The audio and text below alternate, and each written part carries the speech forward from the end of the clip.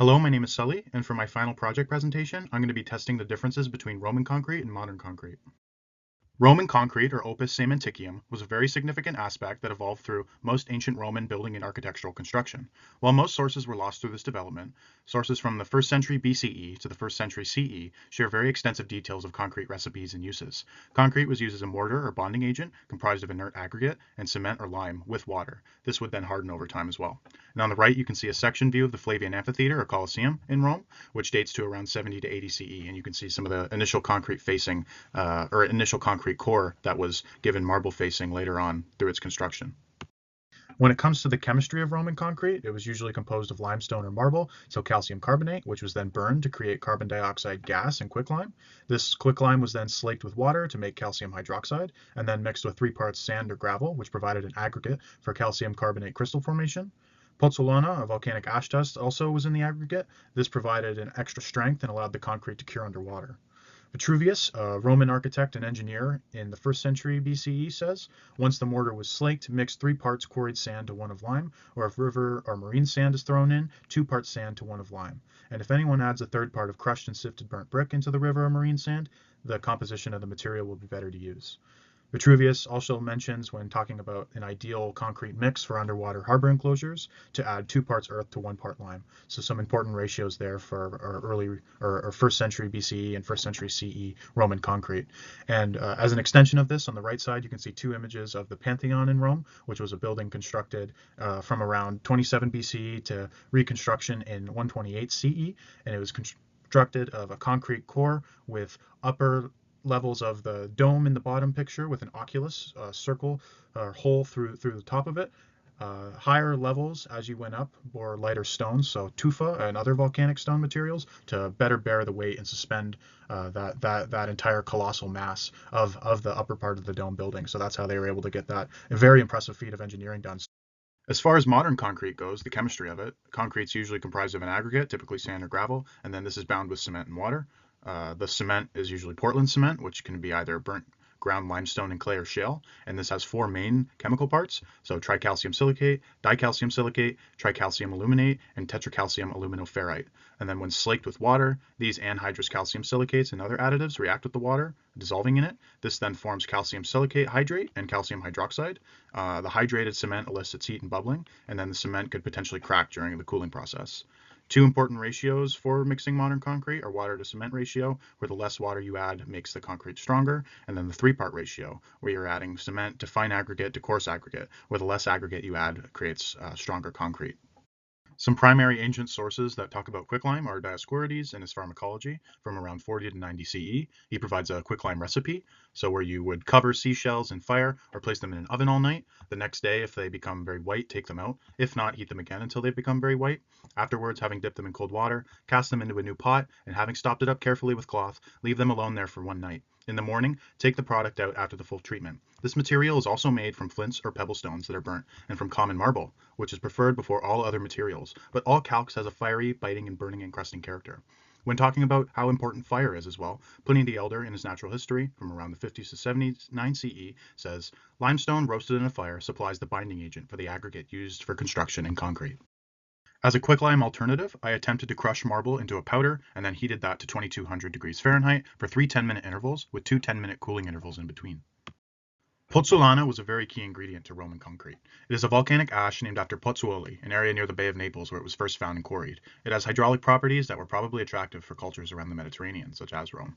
Pliny in his Natural History says that on the hills of Puteoli exists a dust, and as soon as it comes into contact with the waves of the sea and is submerged, it becomes a single stone mass, impregnable to the waves and every day stronger, especially if mixed with stones quarried at Cumae, so perhaps lime. Vitruvius, in his earlier text on architecture from the 1st century BCE, says, there is a kind of powder which by its nature produces wonderful results. When mixed with lime and rubble, it not only furnishes strength to other buildings, but also, when piers are built in the sea, they sit under water. This seems to occur for the reason that under these mountains there are both hot soils and many springs, which would not exist unless deep down there are great fires burning with sulfur, alum, or pitch. So the fire and the vapor of the flame within, spreading and burning through the fissures, make that earth light. And then these mixtures together suddenly cohere into a single mass because the water is absorbed, and they quickly, having been hardened by the moisture, become solid, and neither the waves nor the force of water can dissolve them. So very similar passages talking about the impregnability of Pozzolana as a material used in concrete, Roman concrete. Since I wasn't able to initially acquire pozzolana dust, I attempted making my own out of crushed lava rock. I then heated this to 2200 degrees Fahrenheit, mixed it for two 10-minute intervals with two 10-minute cooling intervals in between as well.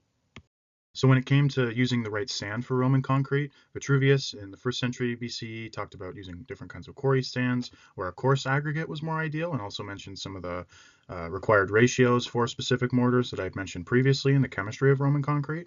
Pliny in his natural history a little later also mentioned 3 types of sand, so quarry sand, where you can add a quarter part lime, river sand, and then sea sand, where you can add a third part of lime. And then this substance is, again, better with a third part crushed potsherds also being added as well. A lime paste slurry also becomes the better the older it is. Pliny says that some old building laws prevent contractors from using lime slurries younger than 3 years old, so that no cracks would disfigure those buildings' plaster. And then in the process of whitewashing, or a sort of coating over concrete made of the similar components of concrete, just with salt added extra, slaked lime should cling like glue, and when slaking, this lime should be in clumps as well. So for the purpose of my tests of constructing Roman concrete, I'm going to be using a sort of river or sea sand, as shown here, but for the first few tests, which were unsuccessful, I had used disproportionate ratios that do not align with the quotes and primary sources as seen here, but they do in the later attempts.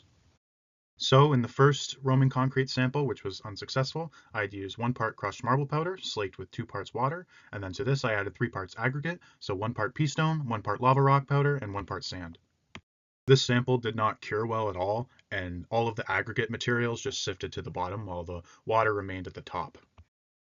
For the second Roman concrete sample, which was also unsuccessful, I used 1 part marble, so 0.5 parts crushed and 0.5 parts marble powder, slaked with 2 parts water, and then to this I added 3 parts aggregate, so 1 part pea stone, 1 part sand, and then 1 part lava rock powder. Again, this mixture did not cure, and the reaction that you would expect with normal cement, so marble and water, did not occur. That caustic chemical reaction did not occur. So for the third Roman concrete sample, which was also unsuccessful, I'd use some new ingredients, so pozzolana ash, which I recently acquired, and hydrated lime. And then for the sake of this particular sample, I used 1 part lime, slaked and mixed with 2 parts water, to 3 parts aggregate, so 2 parts sand, and then 1 part pozzolana. This was based on more of Vitruvius's texts, rather than the first 2 Roman concrete samples more so. Then these ingredients were then mixed and then let cure. Still, all 3 samples of Roman concrete that I attempted to make derived ingredients from the primary sources that I had mentioned before, from Vitruvius, Dioscorides, and Pliny the Elder. And this newly introduced hydrated lime or calcium hydroxide clumped up when I mixed it, just like Pliny the Elder said it would in his natural history. For the first attempted modern concrete sample, which was successful, I had used 3 parts aggregate, so 1.5 parts pea stone and 1.5 parts sand, to 1 part Portland cement, and then all of these mortar ingredients were mixed and then slaked with 2 parts water. And then I got that usual bubbling reaction that you would see with concrete mixed with water that I did not see in the previously attempted Roman samples. For the second attempted sample of modern concrete, which was also successful, I had used 1 part Portland cement, slaked with 1 part water, initially slaking this before adding any of the aggregate, which was 3 parts, 1.5 parts lava rock powder, and then 1.5 parts sand. For the third and final attempted modern concrete sample, which was also successful, I used 1 part Portland cement to 3 parts aggregate, so 2 parts sand and 1 part pozzolana. I then slaked this with 2 parts water and then mixed it. Then I let the mixture cure.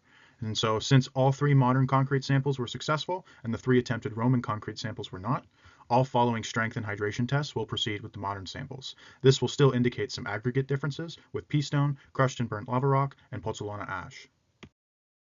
So for these 3 modern samples of concrete, I performed some strength and hydration tests. So for the strength test, I added 260 pounds onto each individual sample for about 1 hour each. And then for the hydration test, each individual sample was submerged in water for about 1 hour each. And just generally between these samples, I'm looking for some differences between their materials and their constituents, seeing how these would affect the durability of each sample as well.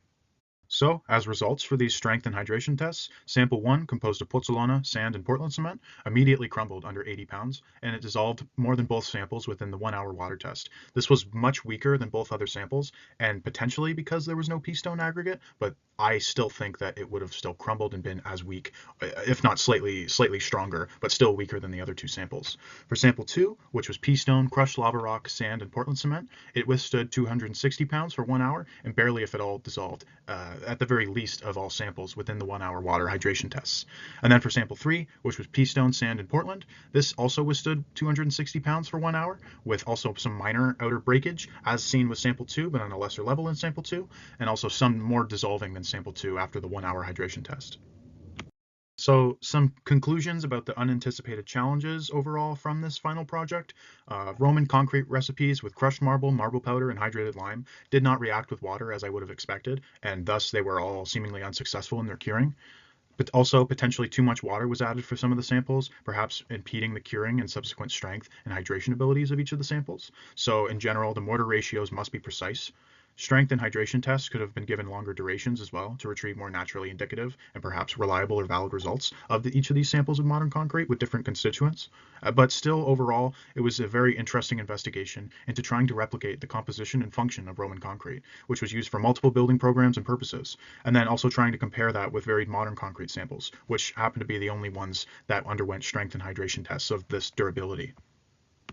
So yeah, that concludes my presentation for my final project in GRST 2000 Ancient STEM. Thank you so much for listening and have a great rest of your day.